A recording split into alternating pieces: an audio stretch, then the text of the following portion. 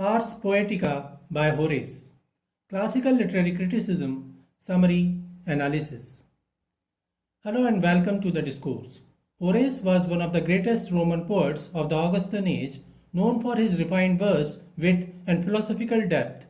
His full name was Quintus Horatius Flaccus, and his works have had a lasting influence on Western literature.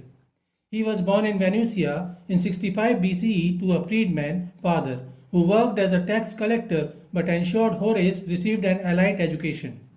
Horace studied in Rome under the grammarian Orbilius and later in Athens, where he learned Greek philosophy and poetry. He fought on the side of Brutus and Cassius in the Battle of Philippi against Octavian and Mark Antony. After their defeat, Horace lost his family estate, which was confiscated, forcing him to return to Rome in poverty. Horace is celebrated for his polished and versatile poetry, which includes lyric odes, satires, epistles, and epodes. His works are foundational to Western literature and reflect his wit, philosophical depth, and mastery of form.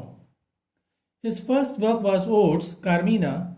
It is a collection of lyric poetry inspired by Greek poets like Sappho and Alcaeus. It contains 4 books with 103 poems in varied meters. The work touches the themes of love, friendship, patriotism, philosophy, and the joys of rural life. His second important work was Satires, Sermons or Satire. It is a collection of 2 books with 18 satires written in conversational hexameter verse, blending humor and moral critique. The main themes include mockery of greed, hypocrisy, and urban excess, while advocating for moderation. His next collection was Epodes, published in 30 BCE. The themes of these poems include love, politics, and personal invective, written in bitter, aggressive iambic poetry. His next important collection was Epistles, Epistulae. It is a collection of philosophical letters in hexameter, which are more reflective than the satires. The themes include ethics, poetry, and the art of living well. The most famous of these epistles is Ars Poetica, Epistle 2.3, which is a standalone literary manifesto on poetic craft. Ars Poetica. Horace's role as a literary critic is most prominently seen in his epistles, particularly the Ars Poetica, the art of poetry, a seminal work that influenced classical and Renaissance literary theory. His criticism blends practical advice with philosophical reflection, advocating for balance, craftsmanship, and decorum in poetry. Ars Poetica is a verse letter to Piso family offering rules for writing poetry and drama. The letter provides insight into some key doctrines, including dulce et utile, poetry should be delight and instruct. In medias res, start a story in the middle of action and avoid purple patches, purpureous panels, flashy but irrelevant passages. Ars Poetica is a foundational text in literary criticism. Ars Poetica is a verse epistle, 476 lines, addressed to the Piso family, offering practical advice on writing poetry and drama. Unlike Aristotle's Poetics, Horace's approach is less theoretical and more focused on craft, decorum, and stylistic balance. Comparison between Aristotle's Poetics and Horace's Ars Poetica. While both Horace and Aristotle laid the foundations of Western literary criticism, their approaches differ significantly in purpose, style, and emphasis. Aristotle's Poetics is an analytical treatise that examines tragedy, epic, and comedy as philosophical categories while focusing on what makes great poetry, that is, tragedy's catharsis. It is written in prose with an academic tone. Horace's Ars Poetica is a practical guide, a verse letter advising poets on crafts and decorum. The main focus is on how to write well, that is, avoiding purple patches. It is written in dactylic hexameter verse with a literary and witty tone. Horace wrote Ars Poetica around 15 BCE as an epistle or letter to Lucius Calpurnius Piso and his 2 sons, both of whom desired to become poets. It is a 476 line long didactic poem written as a letter. As it is long, most critics and readers divide it up into 3 parts with 14 chapters in all. The first part is called poesis, which includes the first 88 lines in which Horace introduces the topic. The second part is called Poema, which includes lines 89 to 294, in which he discusses the nature, form, and structure of poetry and offers a comparison to poetry of the Greeks and Romans. The last part is called Poets. It is a discourse on the role of poets in society. The poem ends with a note on bad poets. It should be noted that these chapters or parts are only in the translated version, while Horace never divided the poem into sections. Summary of Ars Poetica. The original and full title is Epistula ad Pisons, letter to Piso family, later called Ars Poetica. It was written in Latin and later was translated into the English language. It is a verse epistle, 476 lines of hexameter, blending literary criticism, philosophy, and wit. Lines 1 to 13. In the opening lines, Horace begins to investigate the role of a poet in creating fantasies. He compares poets with painters or other artists and says that artists can create fantastical creatures such as mermaids or harpies covered in feathers and scales, which may make the onlooker or listener laugh. He says that a poet or a painter enjoys this veniam or privilege to create such fantasies. However, he insists on unity and coherence and offers the principle of unity. He says that arts must be harmonious. As is painting, so is poetry. A painter or a poet must avoid absurd combinations. If a painter combined a human head with a horse's neck or feathers on a creature with limbs from different animals, viewers would laugh at the absurdity. Poetry, like visual art, must form a coherent, harmonious whole. Incoherent mixtures ruin the work. Horace says that a writer should compose poetry with attention to the unity of form and content. Loftier subject matter requires a higher level of diction, whereas baser topics require a more common and rougher language. Lines 14 to 23. He says that some artists and poets build up an expectation of great art only to disappoint the audience. Horace uses a simile to compare how some poets add expensive purple patches to their poetry and how people describe rainbows, rushing streams, and many other things. Here, Horace creates a trailing phrase to make the point that people who aim to do something magnificent usually fall flat. He says one should avoid making arbitrary choices as they expose incompetence. Poets, like painters, have creative freedom, but only if their choices serve a clear purpose. A skilled artist can depict a grotesque, example a dolphin in trees, if it's intentional, licentia, but amateurs fail at this. One must recognize their skills and strengths and work accordingly. Lines 24 to 45. These lines of Ars Poetica emphasize the necessity of self-awareness in artistic creation, knowing one's strengths and limitations. The peril of pretension. Horace mocks poets who promise epics but deliver purple patches, flashy nature descriptions that crumble under their own weight, an overreach that ends in anticlimax. He uses a humble craftsman analogy. A potter may set out to craft an ornate amphora, yet lacking the necessary skill, he produces only a simple pitcher instead. The lesson is clear: artists must work within their means. If one cannot achieve monumental greatness, one should still strive for excellence on a smaller scale. He critiques purple patches, purpureous panis, a metaphor for overly ornate, showy passages that disrupt a work's unity. He warns against inserting lavish but irrelevant descriptions like sudden depictions of rainbows, groves, or rushing streams simply to flaunt stylistic flair. For Horace, such embellishments are superficial distractions that undermine coherence, akin to stitching a gaudy purple cloth onto a simple garment. True artistry, he argues, demands functional beauty. Every element should serve the poem's purpose, whether to instruct, move, or delight. The critique reflects his broader plea for restraint and harmony, where style remains subordinate to substance. He condemns empty verbosity and says that true brevity means essential words, not just fewer. He warns that ornamental language creates disposable art. Flowery language, for its own sake, leads only to hollow, forgettable work. Lines 46 to 72. In these lines, Horace focuses on diction and the invention of new words. He argues that poets and writers have long held the authority to coin terms, though he cautions against doing so recklessly. However, when tackling original and imaginative subjects, he acknowledges that new vocabulary may be necessary. Horace connects this idea to the natural cycle of life and death, echoing themes from his famous Carpe Diem ode. He underscores that words, like people, are mortal, they fade or perish over time. Since language is impermanent, Horace suggests that writers must continually expand its boundaries, crafting new terms to capture novel ideas, discoveries, and artistic expressions. For instance, around the time he wrote Ars Poetica, Epicurean philosophers were pioneering atomic theory, requiring them to devise entirely original terminology to explain their groundbreaking science. While all words eventually decline, some are resurrected. Take Horace's own Carpe Diem.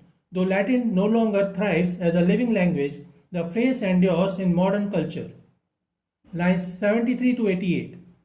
Lines 73 to 88 of Ars Poetica function as a stylistic handbook advising poets on how to choose the appropriate genre and form for their work. Horace begins with epic poetry, citing Homer as its master. In his view, the epic tradition is reserved for grand subjects, kings, military, leaders, and the tumult of war. Next, he turns to elegiac poetry, originally a medium for mourning. This aligns with historical evidence as some of the earliest elegiac couplets appear on funerary inscriptions, briefly commemorating the deceased. However, Horace notes that the form later evolved to express gratitude to the gods after answered prayers. He then introduces Archaeolochus, who is traditionally credited with inventing the iambic meter. Horace claims this versatile foot suits both comedy and tragedy, a point he emphasizes with fun. The iamb, he jokes, fits the light socks of comic actors as well as the elevated buskins, thick-soled boots worn by tragic performers to appear more imposing.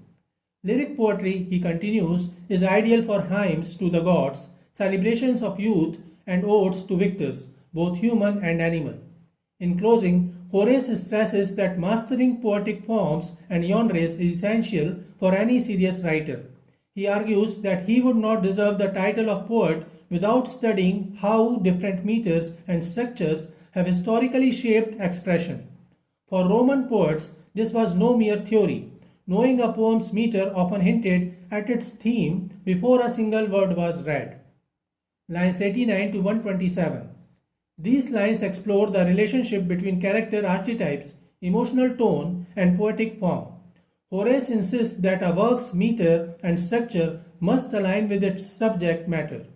Tragic themes demand solemn rhythms, while comedy calls for lighter, more conversational verse.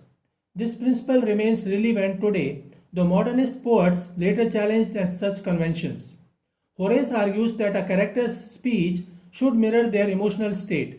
Melancholy figures, for instance, ought to speak in weightier cadence, marked by deliberate pauses, ciceras, and a preponderance of stressed syllables. Their language must sound as troubled as their circumstances. Imagine Hamlet delivering his soliloquies in bouncy limericks or sing-song couplets. As Horace wryly observes, such a mismatch would provoke laughter rather than pathos, undermining the prince's existential torment. Consistency in tone is key. A character's words must reflect their personality and mood with precision. That said, Horace acknowledges that strategic deviations can be powerful. When a poet intentionally breaks from a character's established voice, the contrast heightens the emotional impact, making those moments stand out with arresting clarity. Lines 128 to 152. In lines 128 to 152 of Ars Poetica, Horace explores the challenges of crafting an original narrative. He acknowledges the difficulty of balancing entirely new characters and suggests relying on familiar archetypes instead. By using established tropes, the writer avoids becoming overly attached while ensuring the audience intuitively grasps each character's motivations. This approach, Horace argues, lends the work universal appeal. However, he cautions against excessive personal investment in storytelling. While drawing from one's own experiences might seem noble, Horace warns that it can cloud judgment, making it harder to shape a coherent plot. He advocates for well-worn conventions. After all, these tropes already belong to the collective imagination. Yet, originality still matters. Horace critiques the overuse of grandiose openings like those of the Iliad and Odyssey, which have grown stale from repetition. Writers who lean on such lines, he implies, are masking their own creative shortcomings. He also coined a critical term for flawed storytelling, in medias res, starting in the middle of the action. While this technique has since become a narrative staple, Horace condemns its misuse as a lazy substitute for proper exposition.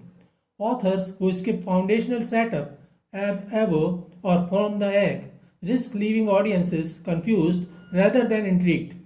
Worst of all, Horace argues is sacrificing depth for spectacle. When writers cut corners, abandoning complex scenes in favor of shallow action, they transform what could have been art into chaos, as grotesque as the Cyclops or as disjointed as the monsters Scylla and Charybdis. Lines 153 to 178. In lines 153 to 178 of Ars Poetica, Horace underscores the necessity of tailoring a story to its audience. He breaks down his ideal reader demographics. A tale must hook restless boys with excitement, engage competitive young men with intrigue, and appeal to mature men through themes of honor and wealth. Horace uses this framework to make broader philosophical points. He suggests that while men develop moral principles as they age, these ideals eventually erode, replaced by cynical fixation on material gain in later life. This sweeping perspective reinforces Horace's central argument. Effective storytelling holds up a mirror to its audience. Without recognizable reflections of their own lives and values, he warns, a narrative risks feeling implausible or meaningless and thus fails to resonate. Lines 179 to 219. In these lines, Horace discusses the physical process of staging a play, offering certain theatre rules. Horace lays out practical guidelines for believable theatre, insisting that unbelievable acts, transformations, murders should occur offstage or be obscured, a convention still used today. Hitchcock's Psycho obscuring violence for greater impact. Less is more for spectacle, which means that implied violence is better than graphic staging. Chorus as moral compass. He demands the chorus serve as a moral anchor, predictably virtuous, God-fearing, and hero-supporting. Tech advances are not artistic progress. The poet then digresses into theatre history. As Roman venues expanded, so did musical instruments, enabling louder performances but also fostering overly ornate, Delphically cryptic poetic language in plays. Fancier flutes bred pretentious dialogue. Lines 220 to 250. In these lines, Horace stresses on maintaining decorum in drama. Genre purity. Horace delineates clear boundaries between comic and tragic speech, warning that vulgarity undermines dignity. While lowbrow humor has its place, he insists noble characters, gods, heroes, and statesmen must never stoop to crude behavior. Comic relief. He advocates for strategic comic relief in serious plays, arguing that well-placed levity enhances dramatic contrast. Citing his own satires as examples, Horace highlights his artful simplicity. Though his language appears plain, his meticulous meter and word order convey layered meanings. Yet he distances himself from the buffoonery of stereotypical comic slaves, Devas, Pythias, and mythological satires, Silenus. Elitism. The passage concludes with a class-conscious note. While the masses may relish raunchy jokes, Horace sides with elite tastes, dismissing such humor as artistically inferior. Lines 251 to 274. In these lines, Horace offers guidelines to poetic meter. Horace traces the evolution of meter beginning with the swift iamb, the building block of iambic trimeter, 3 feet per line, 6 syllables total. He contrasts this with the slower, weightier spondi favored by early Latin poets like Ennius. While only skilled poets can spot metrical flaws, Horace warns against perfectionism. True mastery requires daring to experiment. Learn by doing. Immerse yourself in Greek meter, study it relentlessly, but avoid paralysis by analysis. Reject vulgarity. Audience cheer for crude fare. Example, Plautus's racy comedies. But discerning poets must rise above. Elevate your craft beyond crowd-pleasing mediocrity. Lines 275 to 294. In these lines, Horace celebrates the evolution and refinement of drama. Horace celebrates artistic progress as a natural reflection of cultural change. He traces drama's development from Thespis' primitive wagon performances to Aeschylus's innovations in staging, costumes, and vocal projection, transformations that elevated theatre into a sophisticated art form. He cautions that progress is not linear, even great art needs boundaries. Early tragedies often descended into chaos when choruses turned violent, requiring legal intervention to maintain order. This historical perspective supports Horace's central argument. True artistry demands revision. With characteristic wit, he laments that Roman literature would vastly improve if poets simply took more time to polish their work. Lines 295 to 332. In these lines, Horace mocks the romanticized image of the suffering artist or the absurd poet archetype. He employs sarcastic humor to critique the stereotypical ascetic behavior of poets as espoused by Democritus, such as avoiding doctors, neglecting hygiene, and isolating themselves. Horace ironically admits that since he consults a doctor in spring to treat his bile, he cannot be a true poet by these standards and must instead settle for teaching poetry. This is a playful contradiction, as he is, in fact, writing poetry, mocking the rigid rules dictating how poets should live. Lines 333 to 365 of Ars Poetica. Horace reflects on poetic criticism, arguing that while no work is flawless, poetry should strive to be both instructive and entertaining. He suggests that even imperfect works deserve praise if they delight and educate. Horace cautions against overly fantastical elements being presented as reality but acknowledges their value in pure amusement. He critiques the Roman tendency to prioritize logic like math and money over imagination, asserting that great poetry should imitate nature, not just rigid calculations. A poet's true reward, he argues, is lasting fame rather than wealth. Lasting fame outweighs monetary gain. The famous phrase, "Ut pictura poesis," as is painting, so is poetry, appears here. But Horace uses it to contrast private, intimate works like small paintings in a home with grand, public-facing poems meant for wide acclaim. This distinction highlights his belief that poetry serves different audiences and purposes. Lines 366 to 407. In these lines, Horace warns against premature publication and compares publishing to releasing a bird. Once freed, words can never be reclaimed, a warning strikingly relevant in the digital era. He emphasizes the importance of refining poetry before publication, stressing that once released, a work cannot be undone, a timeless caution in any era. He advises the young Piso to seek feedback from trusted critics, like his father, a judge, or a fellow poet, to identify and correct flaws before going public. Horace also condemns mediocrity in poetry, arguing that half-finished or poorly crafted work is jarring and unsatisfying.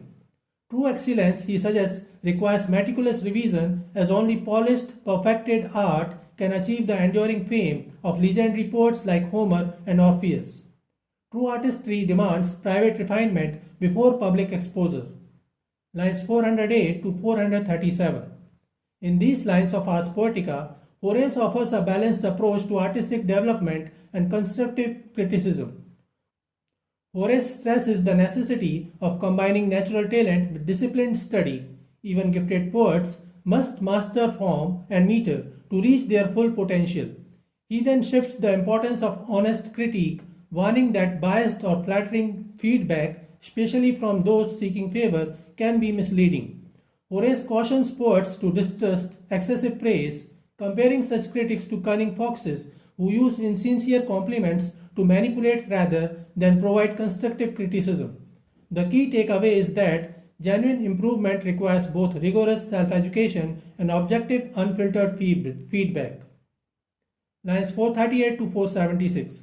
In the closing lines of Ars Poetica, Horace satirizes bad poets as melodramatic, self-absorbed, and insufferable. He mocks their tendency to loudly vent emotions through pompous recitations, so consumed by their art that they obviously stumble into disasters, like a poet who mid-declamation falls into a well. The poet is so self-absorbed that he recites himself into the well, a darkly comic image. With dark humor, Horace shrugs off their fate. If such poets insist on living without restraint, they should not expect sympathy when their arrogance leaves them ignored, like the boy who cried wolf. The lesson is clear. True artistry demands discipline, not unchecked egotism. True artistry requires self-awareness. Genius untempered by discipline becomes its own undoing. Ars Poetica, the art of poetry, is a witty, pragmatic guide to literary craftsmanship, blending poetic advice with philosophical insight. Written as a verse letter to the Piso family, it covers everything from genre conventions and meter to the dangers of vanity and mediocrity. Horace champions balance or originality tempered by tradition, emotion refined by discipline, and art that both instructs and delights. His enduring principles, like in medias res and pictura poesis, remain influential, while his satirical jabs at bad poets, like the distracted writer who falls into a well, keep the treatise lively. Ultimately, Horace argues that great poetry requires not just talent but relentless revision, self-awareness, and respect for the audience. So this is it for today. We will continue to discuss classical literary criticism. Please stay connected with the discourse. Thanks and regards.